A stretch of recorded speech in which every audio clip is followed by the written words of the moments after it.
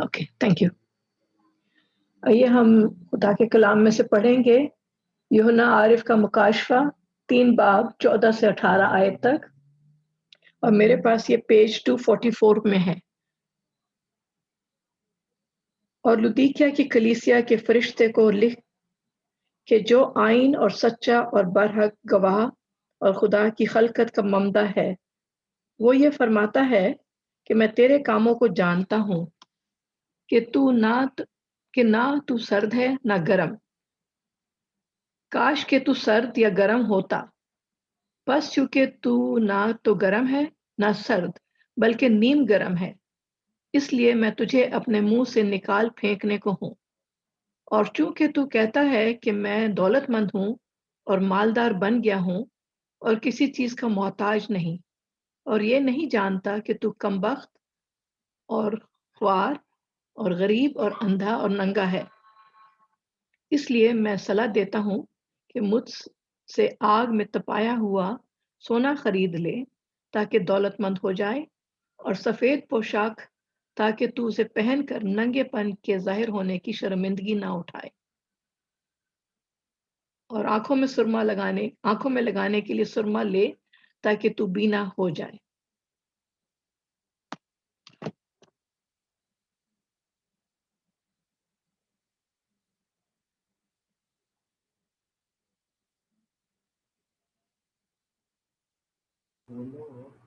Thank you very much Raveena. اور اب میں ریکویسٹ کروں گا ریورنڈ جاوید اختر سے کہ وہ آج کا جو سرمن انہوں نے پیغام ہمارے لیے تیار کیا ہے وہ ہمارے ساتھ شیئر کریں. Over to reverend Javed Akhtar. جی thank you very much deacon Naveed Sahab. ناظرین، جیسا کہ بہت سارے لوگوں کو جو اس دن 2 سنڈے پہلے بھی اس عبادت میں شریک تھے، انہیں یاد ہوگا کہ اس وقت بھی یہی حوالہ ورد کیا گیا تھا نیو ٹیسٹامنٹ میں سے، from the book of revelation, اس کا 14ویں سے 18ویں آیت تک. اور اس کے ساتھ 2 ویک پہلے ہم نے جو اولڈ ٹیسٹامنٹ ریڈنگ پڑھی تھی وہ تھی بک آف ازائیا سے چیپٹر 42 ورس 14 to 17. اور میں تھوڑا سا اس کو ریوائز کروں گا کہ 2 سنڈے پیشتر ہم نے کیا کچھ جانا. اور ایک خاص بات میں نے کہی تھی کہ اس چیز کو ہم بائبل اسٹڈی کی طرح لیں گے. جو اس کو کوئی اگر میسج کی طرح لیتے ہیں تو دیٹس آلسو فائن. اور اس میں ہم نے جانا کہ ازائیا کی بک جو ہے اس کا 42 چیپٹر وہ ہمیں کیا کچھ بتاتا ہے. اور اس میں 4 جو ٹاپک تھے وہ اہمیت کے حامل تھے کہ جس میں خدا اپنے خادموں کے بارے میں کیا کہتا ہے، اور یہ بھی جانا کہ خادم کو کیا کرنا چاہیے کلیسیا کے ساتھ،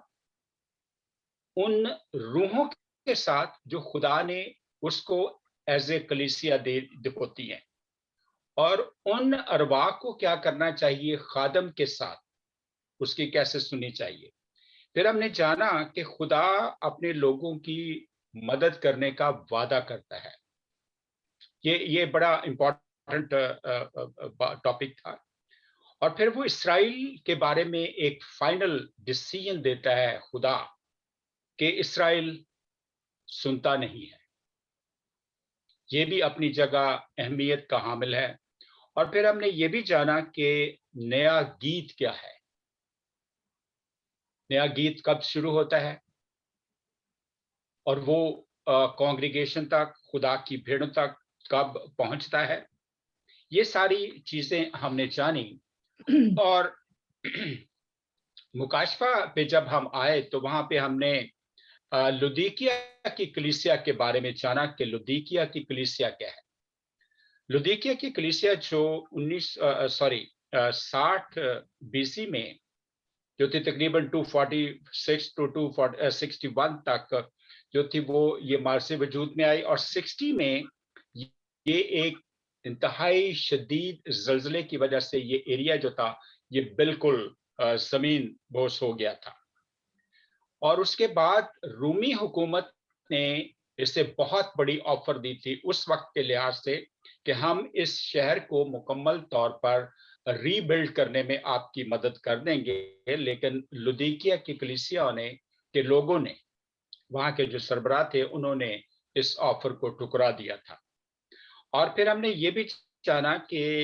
جب زلزلے کے بعد یہ شہر ری بلڈ ہو گیا تو وہاں پہ ایک میڈیکل سکول، اس وقت کی جو حکمت کا سکول تھا، وہ بہت مشہور ہوا۔ اور اس میں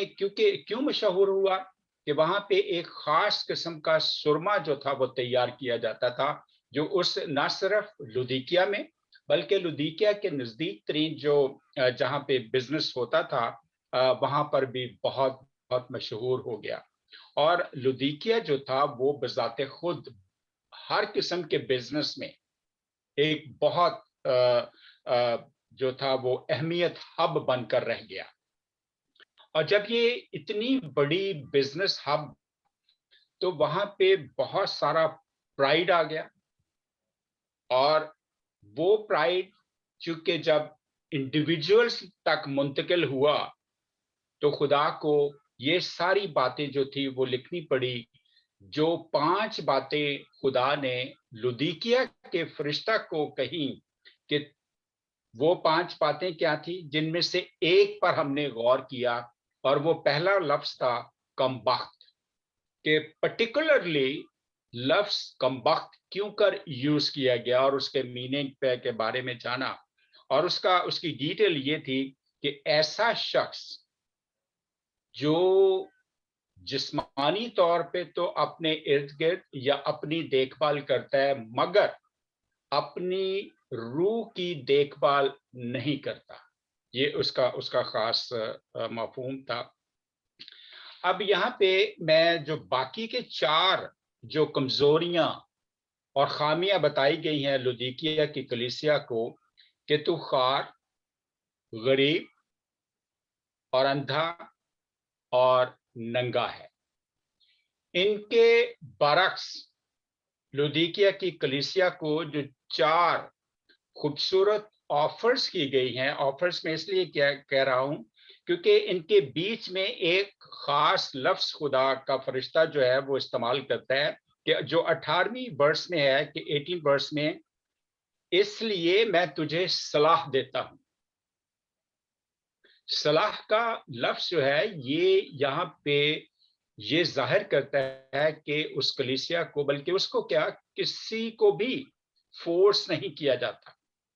انسان خود مختار ہے فیصلہ کرنے کے لیے کہ اس نے کس ڈائریکشن میں جانا ہے۔ اور پھر خداوند کہتا ہے کہ صلاح دیتا ہوں کہ مجھ سے آگ میں تپایا ہوا سونا لے لے تاکہ تو دولت مند ہو جائے۔ اب یہ کیوں کہا گیا؟ کیونکہ لودیکیا کی کلیسیا جو تھی، لودیکیا کا شہر جو تھا، وہ جب بزنس میں اتنا پاپولر ہو گیا کہ ارد گرد کے جو سٹیز تھے یا دوسری کنٹریز کے لوگ ان سے ان کی پروڈکٹس لینے آتے تھے، تو وہ اپنے آپ میں بہت فخر محسوس کرتے تھے، اور روپے پیسے میں وہ دن بدن بڑھتے چلے جاتے تھے۔ اور یہاں پہ میں ایک اور بات یاد دلا دوں کہ ان کا جو بینکنگ سسٹم تھا اس وقت لودیکیا کی کلیسیا کا، وہ بھی بہت پاپولر ہوا تھا، جس کی وجہ سے ان کے اندر اتنا گھمنڈ آ گیا، اتنا پرائیڈ آ گیا۔ اور پھر تب بھی خدا کہتا ہے کہ تو اس قدر ننگا ہے، اندھا ہے، غریب ہے، خوار ہے اور کمبخت ہے۔ کہاں دیکھیں انسان، وہ لوگ انسانی طور پہ اپنی تمام تر بلندیوں پر تھے، اور ان کی جو بلندیاں تھیں، ان کا جو بزنس تھا، ان کے جو بینکنگ سسٹم تھا، اور ان کا جو کلودنگ، کیونکہ اس علاقہ میں ایک اس کی لودیکیا کی ایک خاص وادی تھی جہاں پہ بلیک شائننگ وول جو تھی وہ تیار کی جاتی تھی،